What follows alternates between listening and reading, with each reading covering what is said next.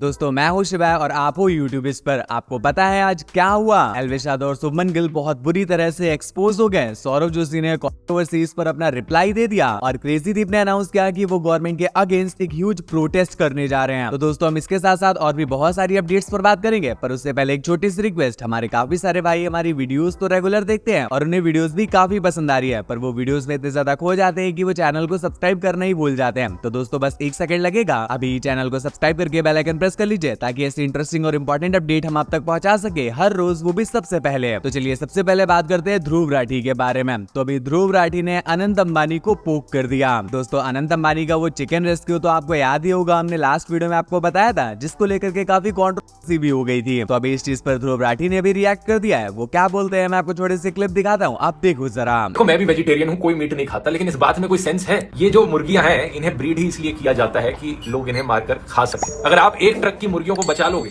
तो क्या डिमांड कम हो जाएगी क्या मार्केट में? जहां वो मुर्गियां जा रही थी वहां से डिमांड तो उतनी रहेगी ना।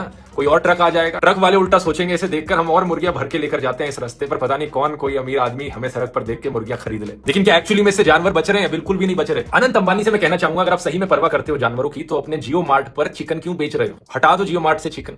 अपनी जितनी भी रिलायंस की अलग अलग जगहें हैं जहां पर आप चीजें बेचते हो, वहां पर सिर्फ वेजिटेरियन चीजें बेचो, ताकि सही मायनों में वेजिटेरियनिज्म को प्रमोट किया जा सके। फिर कहा जा सकेगा कि सही मायनों में आपने लाखों मुर्गियों को बचा लिया कटने से। अगली अपडेट तो क्या अभी एमएस धोनी फाइनली रिटायर होने जा रहे हैं। ये अपडेट अभी कुछ मिनट्स पहले ही इंटरनेट पे बहुत जोरों से फैलने लगी। क्या होता है कि अभी सीएसके वर्सेस डीसी के मैच में हमें पहली बार एमएस धोनी के पेरेंट्स स्टेडियम में देखने को मिलते हैं। आज से पहले कभी भी वो स्टेडियम में एमएस धोनी का कोई भी मैच देखने नहीं आए हुए होते हैं। तो इस चीज को लेकर के इंटरनेट पर भी काफी सारी ऐसी अपडेट्स निकल करके आ रही है कि ये जो मैच रहने वाला है ये एमएस धोनी का लास्ट मैच रहने वाला है, इसलिए उनके पेरेंट्स उन्हें आखिरी बार ग्राउंड में विटनेस करने आए हैं। फिलहाल ऑफिशियली इस चीज पर कोई भी अपडेट निकल करके नहीं है, देखते हैं इस चीज को लेकर के आगे क्या होता है। तो दोस्तों अब बात करते हैं क्रेजी दीप के बारे में। तो अभी क्रेजी दीप गवर्नमेंट के अगेंस्ट जा रहे हैं, वो भी एक सीरियस प्रोटेस्ट करने। इस चीज पर बात करते हुए वो बताते हैं कुछ बड़ा प्लान कर रहा हूँ, ऑल्सो बताना चाहता हूँ कि मैं अपना 100% दे रहा हूँ ताकि वो कंटेंट दे पाऊँ जो तुम डिजर्व करते हो। मैं अब इन्फ्लुएंसर एक्सपोज को छोड़ करके social life, relationship, safety, career ऐसे टॉपिक पर वीडियोस बनाना चाहता हूँ। ऑल्सो बिग प्लान सून, गवर्नमेंट, मीडिया सब इन्वॉल्व होगा, will make you all proud. इसके बाद वो अपने इंस्टाग्राम पर भी बोलते हैं मेरे पास बहुत से लॉयर हैं पर वो ऑनलाइन नहीं जाना चाहते, मुझे एक लॉयर चाहिए इंदौर से जो मेरे साथ ऑनलाइन आ सके। कुछ दिनों के बाद मेरे को ग्राउंड लेवल पे गवर्नमेंट के खिलाफ प्रोटेस्ट करना है, कोई लॉयर जिसमें गट्स हो। अगली अपडेट तो भी फुकरा इंसान का भयंकर लफड़ा हो गया रजत दलाल और आसिम रियाज के साथ। दोस्तों आज से पहले फुकरा इंसान को इतना गुस्से में तो कभी नहीं देखा है। होता क्या है कि रिसेंटली ही इनका एक न्यू शो स्टार्ट हुआ है जिसका भी एक प्रोमो आउट होता है, जिसमें हम देख सकते हैं आसिम रियाज फुकरा इंसान पर कोई कमेंट पास करते हैं, जिस पर फुकरा इंसान उन्हें रिप्लाई करते हैं आसिम भाई थोड़ा कम बोलो, कहीं ऐसा ना हो कि 24 घंटे से पहले आप इस शो से भी बाहर हो जाओ। तो आसिम रियाज रिप्लाई करते हैं फेक स्माइल फेक ऑडियंस। फुकरा इंसान बोलते हैं चाहे आप कुछ भी बोलो, शेरों के सामने कुत्ते बहुत भौंकते हैं तो भौंकते रहो। तो इस पर रजत दलाल रिप्लाई करते हैं देख रहे हो फुकरा भी बोलने लग गया है। इस पर फुकरा इंसान रजत दलाल को रिप्लाई करते हैं मैंने आपको सिखाया है इसलिए आप इंडस्ट्री में आए हो, वरना पहले जिम ट्रेनर थे आप। आसिम रजत को डिफेंड करते हुए बोलते हैं तो क्या जिम ट्रेनर्स की औकात नहीं है क्या? फुकरा इंसान बोलते हैं भाई तू भौंकता रह भाई। आसिम रियाज बोलते हैं ब्लॉगिंग से क्या हो जाएगा, ब्लॉगिंग से तूने क्या उखाड़ लिया भाई। ये सुनकर के फुकरा इंसान भड़क जाते हैं और दोनों के बीच भयंकर आर्गुमेंट स्टार्ट हो जाता है। ऑलमोस्ट वो दोनों एक दूसरे पर हाथ छोड़ने ही वाले होते हैं कि इतने में ही सभी लोग आकर के उन्हें अलग कर देते हैं। फुकरा इंसान बोलते हैं कि साले अगर हाथ लगा दिया ना तो बाहर फेंक दूंगा, साले थप्पड़ मार दिया ना तो उड़ जाएगा। आसिम रियाज भी भड़के हुए होते हैं, वो बोलते हैं तेरे जैसे 56 देखे हैं, तू है कौन? और इसके बाद वो दीवार पर एक भयंकर पंच भी मार देते हैं। अगली अपडेट तो दोस्तों क्या अभी एल्विश यादव बहुत बुरी तरह से एक्सपोज हो चुके हैं। डॉक्टर नीमो यादव करके एक पॉपुलर एक्स यूजर कल एल्विश यादव को एक्सपोज करते हुए अपनी पूरी एक रिसर्च शेयर करते हैं। इसमें वो बोलते हैं कि एल्विश यादव डिजिटल वर्ल्ड के सबसे बड़े फ्रॉड हैं। लाइक एल्विश यादव अपनी पहले की रोज वीडियोस में सलमान खान को मर्डर और क्रिमिनल बोला करते थे ताकि वो फॉलोअर्स गेन कर सकें, पर जब सलमान खान ने उन्हें इनवाइट किया बिग बॉस में तो उन्होंने उस ऑफर को एक्सेप्ट कर लिया और सलमान खान की तारीफें करना स्टार्ट कर दिया। क्या ये हिपोक्रेसी नहीं है? एल्विश यादव ने अपनी एक रोज वीडियो में कहा था कि महेश भट्ट और उनका बेटा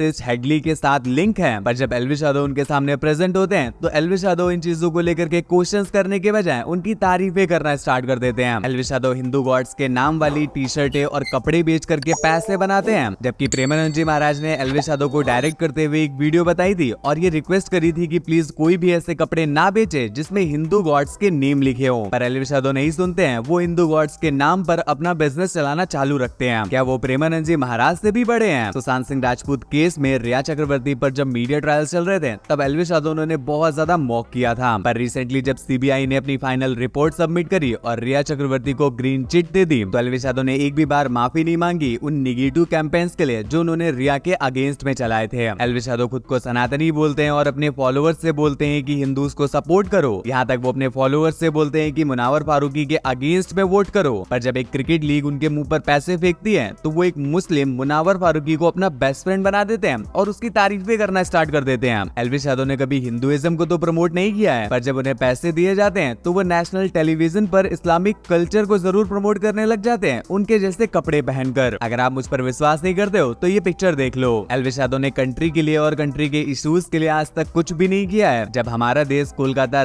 Vinesh Phogat silver medal fest को ऐसे दर्द में था तब एल्विश यादव अपनी बिग बॉस की ट्रॉफी को लेकर के ट्वीट करने में बिजी थे जो उन्होंने 1 साल पहले जीती थी। एल्विश यादव की एक फोटो विकास आहिर के साथ भी देखने को मिलती है जो बीजेपी के आदमी है और एक बार गुजरात में पकड़े गए थे ड्रग के साथ। बाद में एल्विश यादव भी स्नेक वेनम केस के लिए अरेस्ट किए जाते हैं। आखिर क्यों उनके दोस्त इतने प्रॉब्लमैटिक लोग हैं। एल्विश यादव वैसे तो लड़कियों की सेफ्टी की बात करते हैं, पर वही सेम एल्विश यादव एक वीडियो पोस्ट करते हैं जहाँ पर लिटरली वो लड़कियों को कर रहे होते हैं। चल भाई आगे लड़कियां भी खड़ी हैं तो लड़कियां दिखाता हूँ भाई आप लोगों को, ठीक है? लड़कियां देख के तुम्हें मजा आ जाएगा। नहीं मजा करने वाली लड़कियां तो नहीं है भाई। कह रहा है एक तो लड़की के रूप में लड़का था, कटारे के घर से वो। एल्विश यादव ने आर्यन खान पर एक रोस्ट वीडियो बनाई थी जब वो ड्रग केस के लिए पकड़ा गया था, पर बाद में सेम इसी चीज के लिए एल्विश यादव भी जेल गए थे तो उन्होंने खुद पर एक रोस्ट वीडियो क्यों नहीं बनाई। इसके साथ साथ वो और भी बहुत सारी चीजें एक्सपोज करते हैं। मैं स्क्रीन पर लगा देता हूँ, आप चाहो तो पॉज करके पढ़ सकते हो। इस एक्सपोज के बाद नीमो यादव को एल्विश यादव के फैंस की तरफ से हेट तो मिलना ही था, पर इस बार चीजें और भी ज्यादा बढ़ जाती है। नीमो यादव को कुछ सीरियस धमकियां भी मिलने लगती है। एक ट्वीट को तो खुद नीमो यादव भी एड्रेस करते हैं जिसमें एल्विश यादव की एक फैन बोल रहे होते हैं यही चीज आपकी और आपकी फैमिली की मौत का कारण बन जाएगी, मार्क माई वर्ड्स। तो दोस्तों बात अभी फ्रॉड्स की हो ही रही है, तो क्या अभी शुभमन गिल का एज फ्रॉड एक्सपोज हो गया है? माहिया करके एक एक्स यूजर शुभमन गिल के एज फ्रॉड को लेकर के अपनी एक रिसर्च शेयर करते हैं। सबसे पहले तो वो गूगल करके शुभमन गिल और उनकी सिस्टर का डेट ऑफ बर्थ दिखाते हैं जिसमें सिर्फ कुछ महीनों का ही डिफरेंस होता है। पर जब हम शुभमन गिल और उनकी सिस्टर की चाइल्डहुड फोटो देखते हैं तो हम उसमें क्लियरली देख सकते हैं कि उन दोनों के बीच मिनिमम 4 सालों का अंतर हो सकता है। बिकॉज शुभमन गिल आराम से नीचे खड़े हैं, वहीं पर उनकी सिस्टर सहनील गिल जो इतनी छोटी होती है कि उनके फादर को अपनी आर्म में उन्हें उठाना पड़ता है। नेक्स्ट फोटो 2007 की है जहां पर शुभमन गिल इरफान खान के साथ खड़े होते हैं और इस फोटो को देखकर के आप क्लियरली कह सकते हो कि शुभमन गिल कहीं से भी 8 साल के तो नहीं लग रहे हैं। अपनी एक वीडियो में शुभमन गिल ने भी बताया था कि वो 18 से 19 साल के बॉलर्स को फेस करते थे, वो भी मजे के लिए, जब वो मोहाली में शिफ्ट हुए थे। ये बात 2007 की है और इस धरती में ऐसी कोई सुपर पावर मौजूद ही नहीं है जो एक 8 साल के बच्चे में हो जिससे वो 18-19 साल के फास्ट बॉलर्स को फेस कर सके। और सबसे इंपॉर्टेंट, शुभमन गिल ने 2018 में अपना अंडर 19 वर्ल्ड कप खेला था जिस समय उनकी एज 19 साल होने से बस कुछ ही महीनों रह गई थी। तो यहाँ से क्लियरली प्रूव हो जाता है कि उन्होंने अपनी एज को मिस रिप्रेजेंट किया है ताकि वो एलिजिबल हो सके अंडर 19 वर्ल्ड कप खेलने के। फिलहाल ये कितना सही है और कितना गलत ये तो हम नहीं कह सकते हैं, पर जब एक यूजर पूछते हैं कि आपके अकॉर्डिंग शुभमन गिल की रियल एज क्या होनी चाहिए तो इस पर वो रिप्लाई देते हैं 29 ईयर्स। अगली अपडेट तो दोस्तों भी रजत दलाल की तरफ से हमें एक बहुत बड़ा प्रोजेक्ट देखने को मिलने वाला है। रिसेंटली उन्होंने द लिटिल कंपनी को भी ज्वाइन कर लिया है। आपको पता होगा एल्विश यादव का जो फोरकास्ट प्रोजेक्ट है वो द लिटिल कंपनी से ही है। तो अभी उसी कंपनी के साथ रजत दलाल भी एक बहुत बड़ा प्रोजेक्ट लेकर के आने वाले हैं। एग्जैक्टली वो क्या लाने वाले हैं ये चीज तो उन्होंने रिवील नहीं करी है, पर उस प्रोजेक्ट में क्या कुछ रहने वाला है ये काफी इंटरेस्टिंग है। वो बताते हुए लिखते हैं प्रोजेक्ट जो है वो सिनेमा से रिलेटेड है और सिनेमा है तो भाई स्टोरी तो होनी ही है, पर स्पेशलिटी ये है कि जो स्टोरी होगी उसमें इतने टर्न्स होंगे कि वो आपको एंडिंग तक हुक करके रखेगी। रोमांस, सस्पेंस, ड्रामा और थ्रिल, पर इतने ट्विस्ट जो आपने आज से पहले कभी नहीं देखे होंगे। ऐसी स्टोरीज जो आपको हिला देंगी, भगा देंगी और सोचने पर मजबूर कर देंगी। फिलहाल एग्जैक्टली आने क्या वाला है ये या तो रजत दलाल जानते हैं या फिर द लिटिल कंपनी जानती है, पर हम इतना समझ सकते हैं कि सिनेमा और स्टोरी से रिलेटेड कुछ आने वाला है बिकॉज इस चीज को लेकर के उन्होंने काफी फोकस किया है। अगली अपडेट तो दोस्तों अभी सौरभ जोशी ने अपनी सारी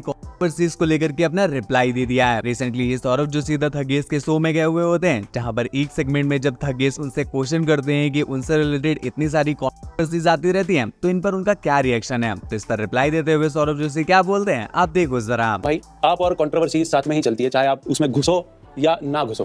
तो ट्रोल्स वगैरह को आप कैसे हैंडल करते हो? लाइक फॉर एग्जांपल मुझे अगर कोई ट्रोल वोर करता है तो मैं तो क्या 2-3 वीडियो मेरे आगे के निकल जाते हैं मुझ पे कोई स्टोरी लगा देता। तो आप मेंटली क्या फेज में आते हो जब बहुत सारी चीजें होती है? तो नॉर्मली रहता हूँ मैं तो वीडियो, मेरा काम है डेली वीडियो बनाना, मैं तो उसमें बिजी रहता हूँ, सुबह से शाम तक बनाना, फिर एडिट करना और डेली करना वो।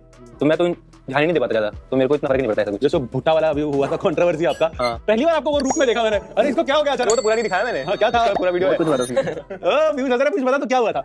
बता दूं उसके बाद क्या हुआ। मेरे साथ में सब्सक्राइबर थे, तो वीडियो भी बन रही थी। तो वो जो बंदा था ना, उसी गैंग में एक बंदा था, कह रहा मेरे ना घर वाले तुमको बहुत देखते हैं, मेरी मम्मी बहुत देखती है, तुम वीडियो बना रहे हो, मैं इसको साइड कर दूंगा, तुम वीडियो बंद कर दो अपनी।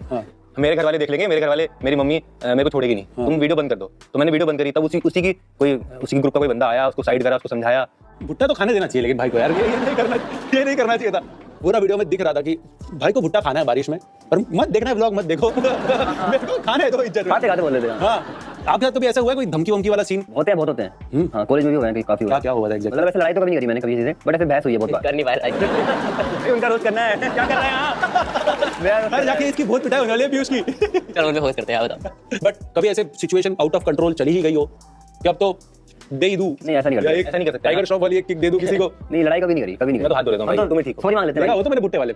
अगली अपडेट तो भाई अभी एक यूट्यूबर ने तो लिमिट ही क्रॉस कर दी। हम बात कर रहे हैं यूएस यूट्यूबर माइक हालियो के बारे में, जिन्हें अभी इंडियन अथॉरिटीज ने अरेस्ट कर लिया है। दोस्तों, आपने नॉर्थ सेंटिनल आइलैंड की ये मोस्ट आइसोलेटेड ट्राइब के बारे में तो सुना ही होगा। शॉर्ट में बताऊं तो ये दुनिया की सबसे ज्यादा खतरनाक और सबसे ज्यादा इंसानों से दूर रहने वाली ट्राइब है। ये इतनी खतरनाक है कि भाई आप इनसे बात तक नहीं कर सकते हो। अगर आप प्लेन से जाओगे तो ये आप पर भाले फेंकने लगेंगे, और अगर आप नाव से इनके पास जाओगे तो आपको एरो से, बोझ से मार देंगे। पहले डिफरेंट कंट्रीज की डिफरेंट अथॉरिटीज ने इनसे बात करने की कोशिश करी थी, पर कभी भी इनसे बात बन ही नहीं पाई। इस वजह से सभी कंट्रीज ने मिलकर के डिसाइड किया कि भाई हम इन्हें आइसोलेट ही रहने देंगे। इवन बाहर से हमसे जितना हो सकेगा इन्हें प्रोटेक्शन भी देंगे, क्योंकि इनकी हालत ऐसी है कि ये कभी भी नॉर्मल ह्यूमन के टच में आए ही नहीं है। और इनका जो आइलैंड है वो भी ह्यूमन से इतना ज्यादा आइसोलेट है कि जो ह्यूमंस की नॉर्मल बीमारियां भी हैं, जैसे कि फ्लू और खांसी जुकाम, ऐसी बीमारियां भी इनके पास आज तक पहुंची नहीं है। तो अगर हम इनसे कांटेक्ट करने की कोशिश करें और गलती से ये बीमारियां इनके पास पहुंच जाएं, तो भाई इनकी तो पूरी ट्राइब का ही सफाया हो जाएगा। इसलिए Indian authorities normal human beings को इनसे दूर ही रखती है। पर ये जो यूट्यूबर होते हैं वो इलीगली जीपीएस और एक बोट का यूज करके किसी तरह से उस आइलैंड में पहुंच जाते हैं, पर फिर भी इंडियन अथॉरिटीज को बिल्कुल भी आइडिया नहीं होता। इसके बाद वो लगभग 10 बजे के करीब वहां पर पहुंचते हैं और अपने साथ में सैंपल्स ले जाने के लिए वहां की मिट्टी कलेक्ट करते हैं, एक डाइट कोक वहां पर रखते हैं, कुछ कोकोनट्स वहां पर रखते हैं और अपना व्लॉग बनाने लग जाते हैं। पर इसके बाद भी जब वहां के कबीले के लोग इन्हें देख नहीं पाते हैं, तब ये जोर जोर से एक सीटी बजाने लगते हैं ताकि वो कबीले के लोग इन्हें नोटिस करें। इनकी किस्मत अच्छी थी कि इनकी सीटी की आवाज वो कबीले के लोगों तक नहीं पहुंच पाती है, पर एक फिशरमैन तक पहुंच जाती है। और वो जो मछुआरा होता है वो तुरंत ही इंडियन अथॉरिटीज को इन्फॉर्म कर देता है, जिसके बाद इंडियन अथॉरिटी उसी समुद्र के किनारे से इन्हें अरेस्ट कर लेती है। अगर गलती से भी उस ट्राइब के एक इंसान ने भी इनकी आवाज सुन ली होती तो सिर्फ खबर आती, बॉडी तक ना आ पाती। अगर आपको नहीं पता है तो हम आपको बता दें, इससे पहले जॉन एलन करके भी एक यूट्यूबर ने 2018 में वहां पर जाने की कोशिश करी थी। भाई उसे इन कबीले वालों ने बोझ और एरो से मार डाला था। फिलहाल माइक हालियो ये यूट्यूबर जो अभी गए हैं, भाई ये कम कलाकार नहीं है। इससे पहले ये एक तालिबानी से भी मिल चुके हैं और वहां पर भी ये व्लॉग रिकॉर्ड करने गए थे। फिलहाल अभी ये इंडियन अथॉरिटीज के पास में और 17 तारीख को इन्हें कोर्ट भेजा जाएगा। अगली अपडेट तो दोस्तों क्या, अभी आरजे महावश ने युजवेंद्र चहल के साथ उनके रिलेशनशिप रूमर्स को लेकर के रिप्लाई दे दिया है। क्या होता है कि आरजे महा रिसेंटली एक पॉडकास्ट में गई हुई होती हैं, जहां पर पॉडकास्टर जब उनसे क्वेश्चन करती हैं कि डेटिंग को लेकर के आपका क्या स्टेटस है, तो इस पर महा सीधा रिप्लाई करती हैं कि वो सिर्फ उससे ही डेट करेंगी जिससे वो शादी करना चाहती हैं, वरना अभी उनका मन इससे पहले डेटिंग करने का बिल्कुल भी नहीं है। तो दोस्तों अब बात करते हैं एनिमल पार्क मूवी के बारे में। तो अभी एनिमल पार्क मूवी को लेकर के एक ह्यूज अपडेट निकल करके आ रही है। एनिमल मूवी तो आपको पता ही होगी दोस्तों, संदीप रेड्डी वांगा की वन ऑफ द मोस्ट